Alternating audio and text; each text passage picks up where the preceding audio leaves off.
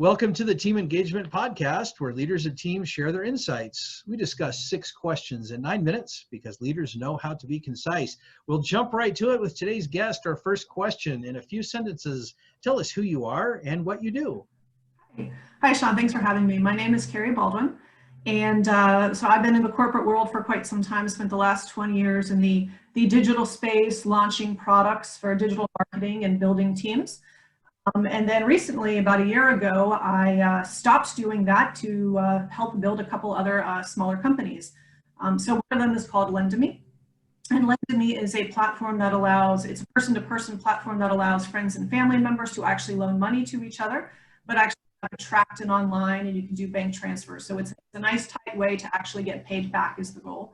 And then the second company that I'm working with is called AgentZ.ai. That's AgentZ.ai. And that is, it's a digital receptionist. It enables small businesses to communicate with their customers more effectively, whether it's engagement on the website, SMS texting back and forth, or even missed call handling. So that's what I'm doing now. Very good. Well, you keep busy. Yes. Yeah. Well, question number 2, what's the best thing about working with a team? It's interesting because I like to do things on my own. I love to create my own things and spend my own time with my brain just to get things done. But at the same time, I absolutely love working with a team.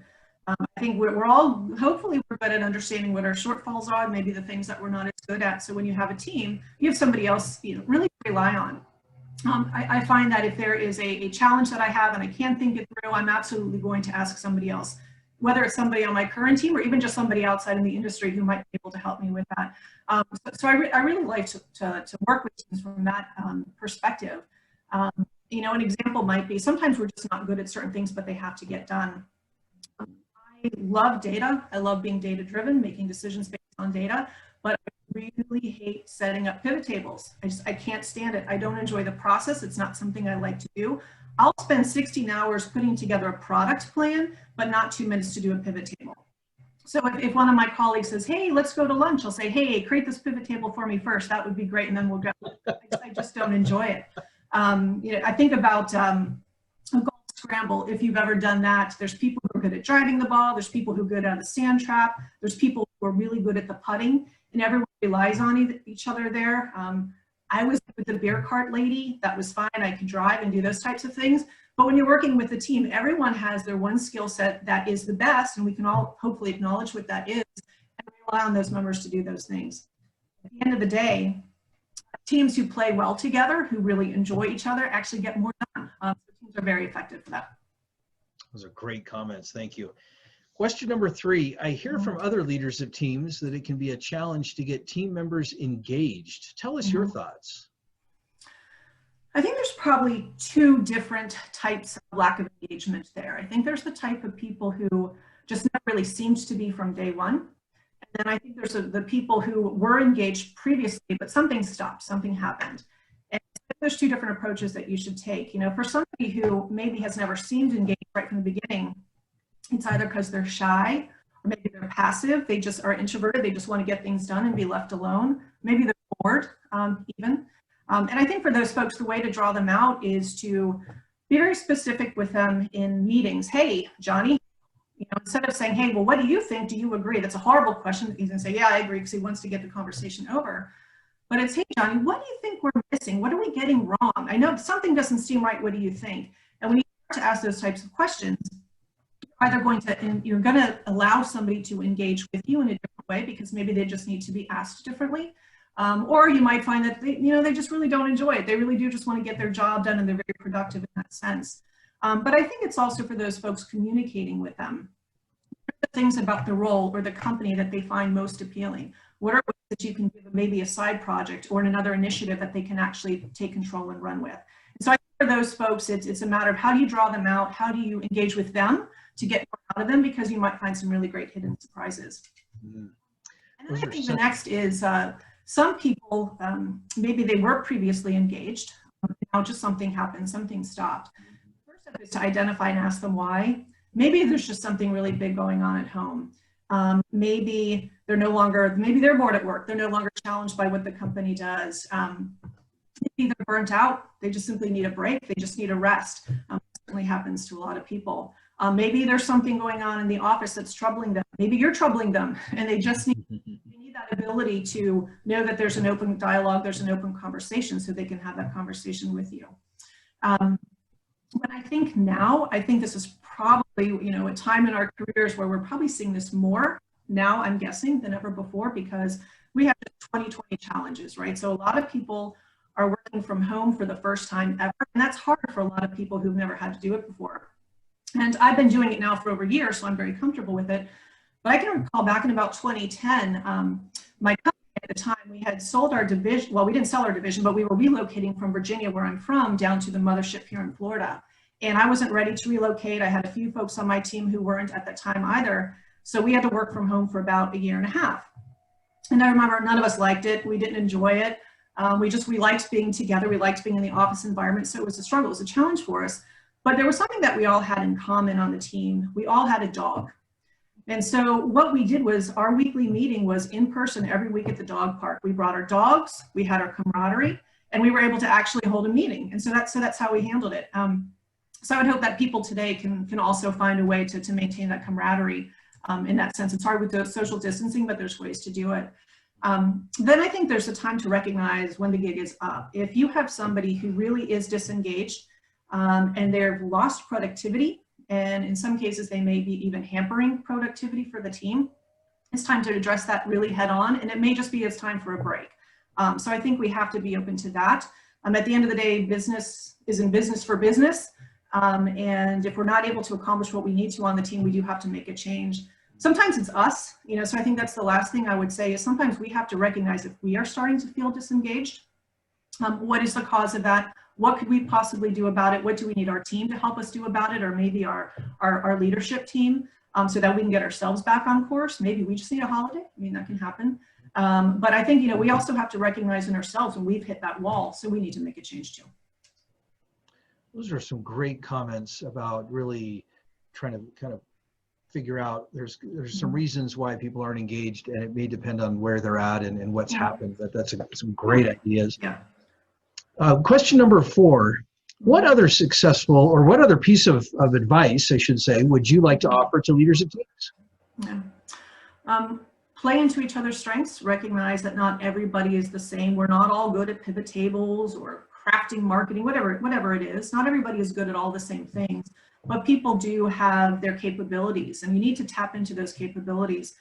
When I was a young wee lass of a manager, when I was probably 23 or something, I remember one of the senior executives, I was at a publicly traded company at the time, he handed me a book and he said, you know, we're going to run you through management training. I want you to read this book. And I forget the title, but it was probably something called The Rabbit and the Turtle, because that's what the book was about. And so the story is, and I don't know if you're familiar with the story, I love to tell it to people, but you have a rabbit and a turtle, and they have one mission, which is to get across the stream. So both of them have to get across. And the turtle says, well, I'm just going to jump right in and swim across. That's what turtles do. Turtles can swim. The rabbit says, well, I can't really swim. That seems risky. So the rabbit kind of hops down the stream a little bit till he finds a place where he can just easily hop over and stay dry and be safe. So of course, the moral there is some people are turtles and some people are rabbits. Just identify which they are and leverage them to the best of their abilities. And so that's it. You're a rabbit or your turtle, identify those people and let them hop or swim. Great idea as far as identifying strengths. I appreciate that. Question number 5, what other successful leaders of teams, such as yourself, would you like to recognize that have had a positive influence in your life? Yeah. Well, you know, I think there's a couple that really impacted me. The first one I'm going to admit is a little bit sappy. It was certainly my father. He started a lot of business. He was an investor, angel investor. He was on the board of companies. And from the time when I was just a wee lass, he would always fill me in on conversations. He'd ask me questions about business. What do I think of his latest endeavor? He'd even take me to board meetings. So that was just unusual to bring this little 5-year-old around with you. But he did that because he of course loved his little girl. But he also saw that, you know, business might be interesting to me, which of course it turns out it was. And so I've always reflected on that and valued the time that we had there together. So even through high school and college, when I'm home on my breaks, I would go work with him on whatever it was. And so it was just a great learning experience. But then I think, you know, almost an unusual one is my very first job after university. I was working for a vehicle transport firm. We did local and national and international vehicle transportation.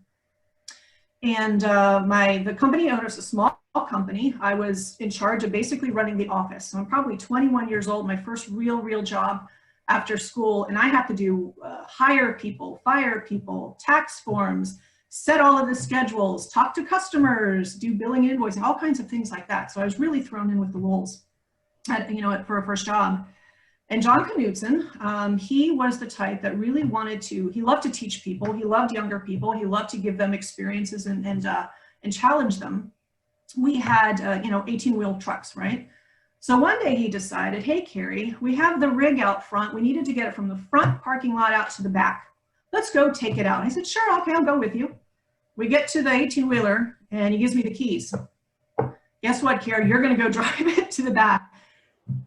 That was scary enough, climbing up into this thing, if there's, 32 gears it's crazy what's going on. I'm like, you want me to drive this? I've been in car wrecks before. This is a really bad idea. He gets in there with me, points out, here's the bells, the whistles, the buttons, things you have to do. I said, okay, great, we'll do this. He jumps out, closes the door and says, now go do it. Wow. Absolute insanity. So, but what he did was, he walks in front of me the whole way.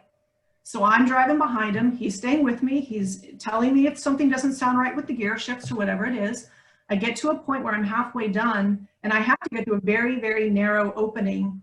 It's like basically a through pass next to the building to get around the back.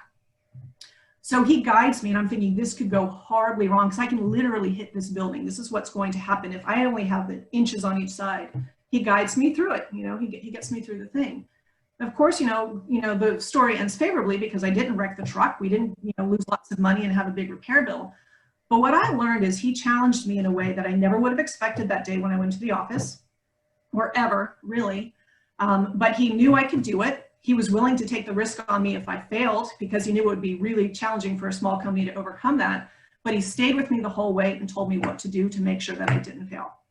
And so in doing that, I appreciated being challenged, but then I appreciate the fact that he challenged me because I just trusted him even more. So a leader, so I've always thought of that when I lead teams, give people challenges. It's okay if they mess it up. It's okay to fail. Because when you do that, you actually become better at what you do, and then you're going to trust your leadership more. If your leadership is heavy-handed and just tells you what to do and doesn't give you any rope, you're not going to have a good team structure. Well, that's a great story. Thank you for sharing that because that lends so well to the lessons that we learn sometimes from those early jobs and about leadership and trust and allowing people to make mistakes from time to time. But I love that story. Thank you for sharing that. Now, our final question is normally tell us about your first job. Was that kind of your first job or do you have a different one you'd like to share? Oh, no, I have different first job. So I guess I was in my genes. It was designed to be entrepreneurial and to start companies. So I started my first when I was 7. And when I was 7, I hired a couple other little friends in the neighborhood. One of them had a red wagon. Some of them, had arms to carry things, and some had day glow paint. So what we did was we found a bunch of rocks, big ones, little ones, and we painted them with the day glow paint. We put them in the red wagon, and then we went door to door to sell them. And we had a target audience. Our target audience was old people. And our pitch would go something like this. We'd bang on the door and say, hey, you got this 70 or 80-year-old, or however, they were all old to us at the time. We were 7. And we'd say, wouldn't it be great when you're driving home late at night and it's dark, if this day glow rock is there to guide you at the driveway so you don't hit your mailbox? We sold a lot of rocks that summer, 25 cents, 50 cents, whatever it was. So that was my first business endeavor. Then I started, at the age of 10, started a dog walking and sitting service, which I had customers all through high school. So I did that. But my first paycheck job, I was 12. And I was with my school chum, Michaela, and we worked at a charity in Arlington, Virginia called Mission Hearts. It's a Catholic charity. And we were stuffing and licking and stamping envelopes and getting into mischief and annoying the nuns is basically what we did for the most part. And so besides just the fun of being mischievous with the nuns and getting into trouble from time to time, that first paycheck was a big deal.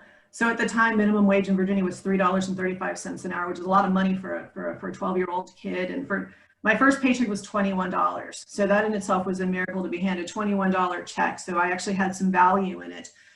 At the time, vinyl records were only $5.99 to buy a Hall & Oates record. So $21, you do the math, it did wonders for me. So I was very excited for that.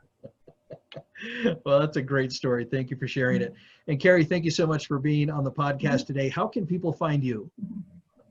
Probably the easiest way is on LinkedIn, Kerry Baldwin. You'll find me there. Or you can always email me at kerry@lendami.com. That's LENDAMI.com. That's another way you can get a hold of me. Great. Thank you. This is Sean Richards with the Team Engagement Podcast, where leaders of teams share their insights. For more ideas, you can find us on LinkedIn by searching Blue Sky Business Consulting. Thanks for joining us. Have a great day.